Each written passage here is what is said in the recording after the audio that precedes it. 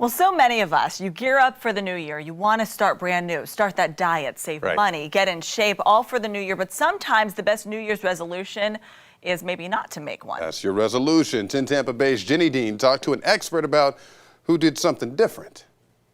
Are you making that list of 2023 resolutions? It's a great idea in theory, but more than 60% of us will give up all of those resolutions within 1 month.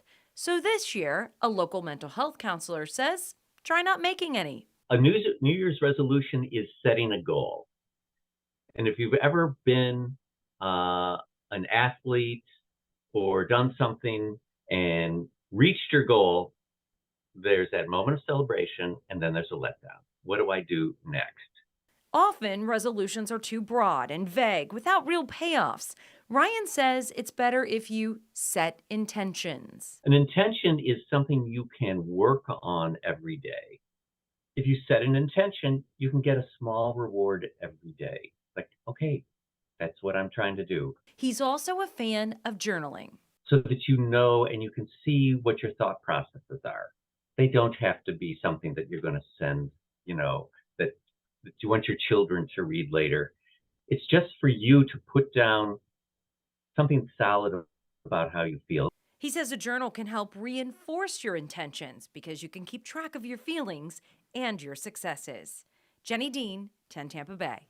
You know something about goal making and journaling. I am. I'm a fan of the journaling. Now, I didn't make a New Year's resolution, so I turned 50 this past October, but I knew at the beginning of the year I wanted to have a better lifestyle. Yeah. So in February, actually, I started journaling about what I really wanted and how I wanted to reach that. So yes, I set a goal or an intention. Every day I worked toward it, and it wasn't easy, but I've lost 30 pounds. You're looking and I'm way more active. I feel great, and I wanted to be 50 and fabulous, and I think that was my intention, and I think I've made it. Yes. You cut sugar all the way out, didn't you? Well, for the most part. Now, I have been bad this holiday season, and I found that I haven't been journaling in the past month. You get busy, you get lazy, you stop, and then you start picking up the bad habits again.